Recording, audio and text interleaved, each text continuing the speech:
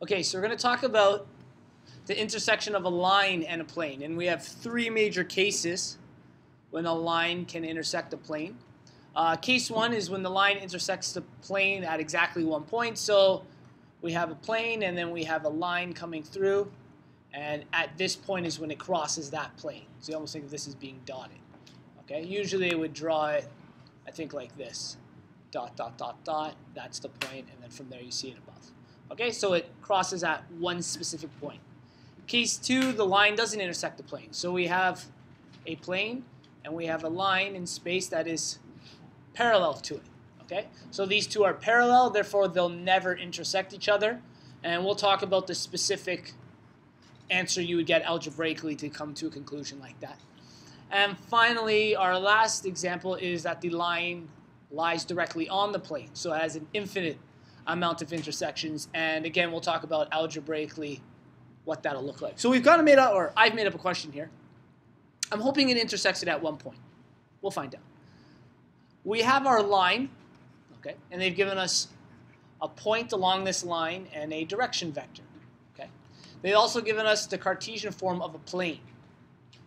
What we're going to do is figure out where this line hopefully intersects this plane.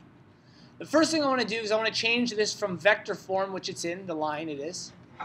So this is in vector form. I'm going to change it to our parametric form. Okay, and we know that essentially that becomes x, y, z is equal to 1, 2, 3 plus, not t, plus.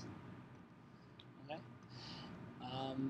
And we could even, if you, I know we haven't done this in the past before, but you can multiply the scalar into each of the components here, and you have the idea of 3t, 4t, and negative 5t. Okay. That way, when we go to put it into our parametric form, we just simply match up our first term, second terms, and third terms. So x is equal to 1 plus 3t, y is equal to 2 plus 4t, and z is equal to 3 minus 5t. Okay. Now that we have this information, essentially what we have are values for x, which we can plug in here, a value for y, which we can plug in here, and a value for z, which we can plug into here. So we're going to plug these new equations into our variables of the plane to find out, and we'll be solving for the variable t. So we're going to find out what parameter this line would intersect this plane. So we have 4 multiply 1 plus 3t minus 5 multiplied by 2 plus 4t and plus 7 multiplied by 3 minus 5t minus 12 is equal to 0. Okay. From here, we're just going to collect like properties and isolate for our unknown variable t. So we're left with 4 plus 12t minus 10 minus 20t plus 21 minus 35t minus 12 is equal to 0. We'll collect our like terms, so our t's we'll put together and our constants we'll put together. Our t, we're going to get what? Negative 8, negative 43. Someone double check that for me. Negative 43t. And our constants, negative 6, 15, 3. I think it's 3. Okay? When those are all combined. So once we go from there, we're going to have negative 43t is equal, oh, don't forget the 3, to negative 3, which means our parameter, okay, this is good, is negative 3 minus 43. So not the nicest number to work with, but it is a parameter for the line. So what we've found here is the parameter for the line. We actually don't have the coordinate yet. What we need to do now is take our parameter of t is equal to negative 40 or negative 3 over negative 43, and we're going to plug it in to our parametric form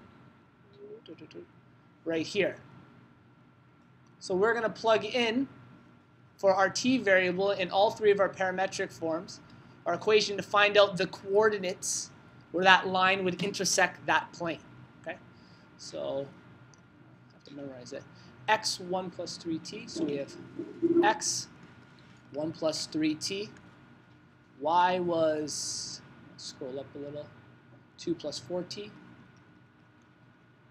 And finally z, 3 minus 5t. Okay. Variable we have is, well, essentially 3 over 43. Okay. So we're going to plug that in, again, like we said, for each of the parameters here. So our x value is equal to 1 plus 3 multiplied by 3 over 43. Y equals 2 plus 4 times 3 over 43. And z is equal to 3 minus 5 times 3 over 43. Try to use my fraction rules here. This is going to give us 43 over 43 plus 9 over 43. So our x value should be 52 over 43. And please check that as I go through. Our next value here, we'll have y is equal to 86 over 43 plus 12 over 43, which gives us 98 over 43, I believe. And finally, our z is 3, whoops, 3. What is it? 129 over 43, great, minus 15 over 43, which will give us 15 is 114 over 43. So these three are the coordinates. So at the point of 53 over 43 for our x value, 98 out of 43 for our y, and 114 over 43 for our z. This is the point of intersection of our line and our plane. Now I'm just going to go back up for a second because I want to talk about this. If at this point here, or specifically this point here, we end up with values, so here's another example, we'll call this example 2. If we'd ended up with values like 0t is equal to 9, okay, in this case we would have t is equal to 9 over 0, which doesn't exist, which means we would have a parallel line to our plane. Okay.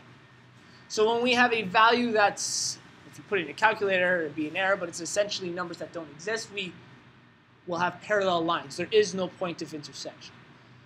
Where if you have the opposite, we'll call this example 3, 0t is equal to 0, well, in that case, we have an infinite number of solutions, which means the line is on the plane. Okay?